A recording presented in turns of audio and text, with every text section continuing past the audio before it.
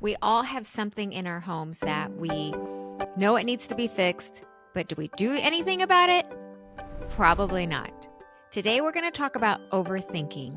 Overthinking can prevent you from improving how you live in your home, and it feels very overwhelming and you just feel stuck. Today, no worries, I'm going to help you feel unstuck by using my home therapy method so that you can feel happier at home. Why do we get stuck in these ruts at home? It feels really simple to just change a doorknob or fix a leaky faucet, yet it's there for months and months and it bothers us, but we continue to not do anything. Our brain craves certainty. So if we don't really know how to do something, or we don't have the time, or we just don't sit down and make time, that's what happens. The uncertainty hinders us to take action. Another idea that keeps us stuck is perfectionism. This all or nothing thinking is I have my current state of home and it has to be perfect, very pristine, and going from A to Z in a moment, as you know, is not realistic. So then what do? We relegate to what we have and we just keep on procrastinating because it just seems too far away to get to that perfect state. Our home also holds emotions. So it's not just rationally saying, oh, I need to get rid of these things in my closet so I can actually access the clothes I wear and use. It's also, oh, but I have this sweatshirt from college and it just reminds me so much of those times, even though it's tattered and 30 years old. Those kind of feelings can also keep us stuck. I had a client that had a space for an accent chair. And frankly, they needed more seating in their little family room. But for months, there was measuring, analyzing, overthinking about what style chair, what seat depth. And even when we arrived with all the practicalities, there was something about it that just prevented this person to get the chair in and put it in the room and work with it. Well, finally, I had to exercise some tough love and say, we are decided we're going to do this. You have to trust the process. They did. We brought the chair in, and guess what? It organically landed in a place that made it perfect for them. And from there on out, there was no more questioning. There was no more overthinking and guessing and avoid any pitfalls about what the chair could or could not do for their room. Oftentimes, you just have to drop the overthinking and just do. Oftentimes, in order to break free from that thinking of, oh gosh, there's just no way I can fix this or this isn't going to happen, is to reframe that problem or reframe your attitude towards it. One of the ways that I help my clients overcome feeling stuck about just experimenting is exactly that. It's an experiment. It is a home experiment. It's a case study. And again, it doesn't have to land perfectly the first time. That's where we really start getting stuck, is when we think like there's only one chance, there's only one go, I'm plunking down money, so it has to land perfect. You know what? There's always a return policy. And if there isn't, then don't buy something that doesn't have a return policy. There's different rooms that you can use that item or furniture if you really love it. When I used to do therapy, I would always tell my clients there's more than one solution on the table. There could be 4, 5, 10, 12. Not all of them are perfect, but there are solutions. Everything is figure outable. Everything is possible. I had really a fun couple. I really loved them. And we remodeled their kitchen. Of course, their family room is combined with the kitchen. That's something so common we all relate to. The husband, of all people, was very opinionated about how this is going to go, how that furniture. And I could tell it was frustrating the wife. So one day I said, hey guys, let's take a break and let's just talk about how you want to feel, how you want this space to give back to you, how you want this area to support you and your lifestyle in here. I had each person share their feelings and thoughts and goals. Once we picked one goal for each person instead of kitchen sinking everything, then it became clear where their priorities lied. Then they were able to communicate what they wanted and negotiate what they wanted from each other in the space. The wife didn't feel as frustrated because she got a better idea of why her husband was all of a sudden becoming so opinionated about it. Apparently, he really wanted this space to connect with her. He didn't know how to say it. He got overwhelmed. So he was just trying to grasp at straws to, in his mind, design it. And she was like, what a weirdo. What are you doing? What's going on? And once she understood that, oh, he wants to connect with me in here, but he doesn't know how to communicate that. And then she was able to meet him with more empathy because she was getting really hot and bothered. Then he felt acknowledged and he was able to relinquish some control and let her design ideas come in. So, a lot of times, as far as breaking from that stuck feeling of overthinking, it's just sharing some feelings that you have. And if it's not a space that's communal, then share the feelings with yourself. This is going to sound a little woo woo, but maybe the little part of you really needs fun little place to have fun, and you create a little adult creative area. And it's not something you usually think of doing, but you buy some coloring books, you buy some crafts, you start embroidery, which I'm going to start doing. I'm really excited about allowing yourself and all the different parts of yourself. It could be the little part of you, it could be the teenage part of you, it could be the young adult part of you, it could be the real adult part of you. We have so many parts in our internal world that is craving to expand and have a voice. It's not just our adult voices that need to be heard, it's all the small parts inside of ourselves that maybe got neglected. And when we can integrate all the parts inside of us, then the real adult side of us expands. We've gained clarity into what we want. And especially in our homes, it's very important to gain clarity of how I want this home to serve me. So that example with the couple was a really fun, honestly, couples therapy session, but home design style, home therapy style.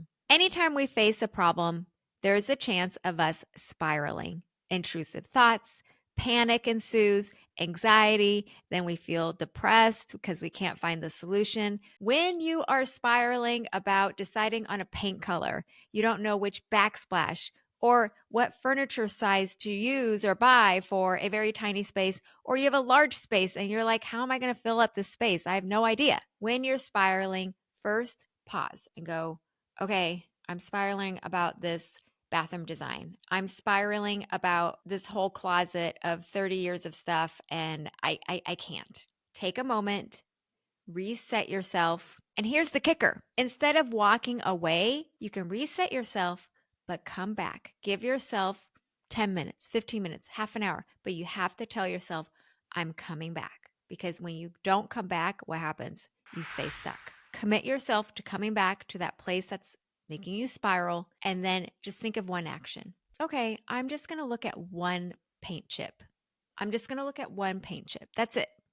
And see how I feel.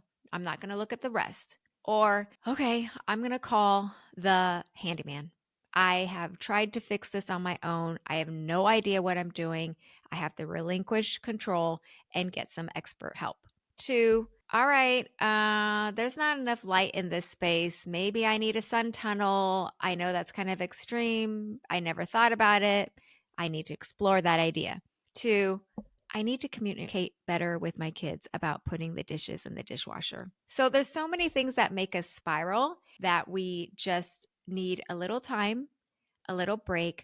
But the important thing is taking one action, like a tiny baby step action. And before taking that action, it's promising yourself that you're coming back to it. Another reason why we feel stuck in decision making for home design is too many choices. I remember when I was a therapist and a designer in a home that had twin boys. And this couple, they were a little bit older. So they had kids a little bit older in life. And it's really interesting because sometimes when you have kids a little bit older in life, you would think the maturity is there, which it was. But also, I think our ideas of certain things are set as well. So they had this certain idea that they had to give 5 million choices to their kids, and that represented good parenting. And I had to Gently remind them that kids can't have 25 million options because you're just going to be literally there every day, sitting in the same spot, trying to catch what whim they have about it, which sock color they're going to choose for the day, which actually was the thing. Both parents worked. The husband was in charge of getting the boys ready in the mornings, and they got into this whole power struggle with socks. Their closet was not very organized. The kids definitely needed closet organization. So I came in, redid their room, and we got the alpha system for the closet and the socks. But then the husband still fell into the rut of offering them too many sock choices. And this is where the takeaway is: set your limits.